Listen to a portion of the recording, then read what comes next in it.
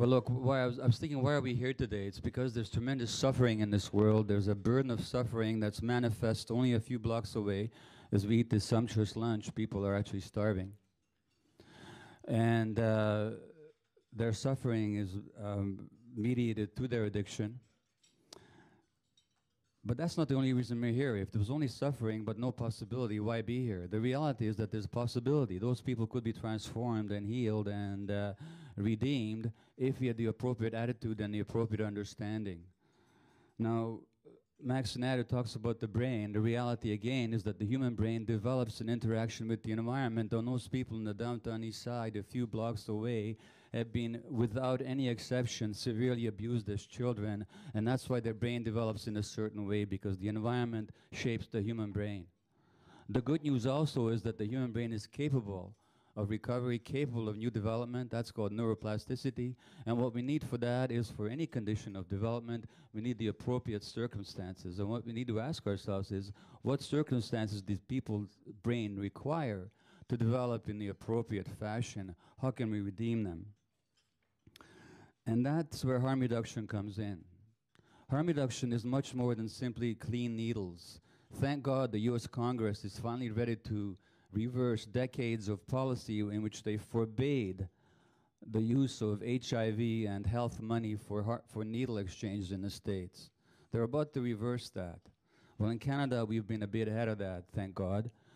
But the essence of harm reduction is not just clean needles and the avoidance of infection. It's also an attitude that says to the addicted patient, the addicted human being, that you're still worthwhile, that we accept you exactly the way you are at the moment, and we'll begin working with you not where we think you should be at, but where you happen to be on your life trajectory. And that humane attitude is the essence of harm reduction. And that, contrary to what my friend Sam says, is very much a political question. And he himself embodied the political expression of harm reduction very much in his career as a politician.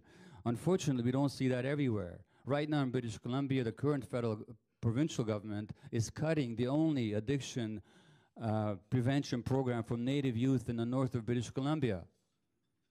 Well, at the same time, the federal government is building more jails for people who are addicted. And that's what it looks like in this country. And thank God there are people like Sam in politics, and thank God there are people like Ian Mulgrew in journalism, who keep pounding home the point that if we want to help people, we need to adopt a sane, rational, science-based, and human attitude towards them. And again, that brings us back to harm reduction.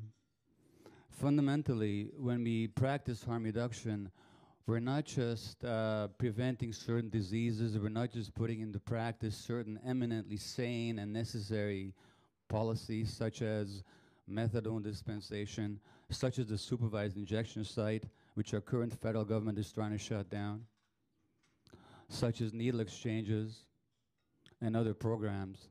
We're actually adopting a humane attitude to the most marginalized and the most downtrodden segments of our population, many of whom, of course, a disproportionate number of whom happen to be First Nations individuals.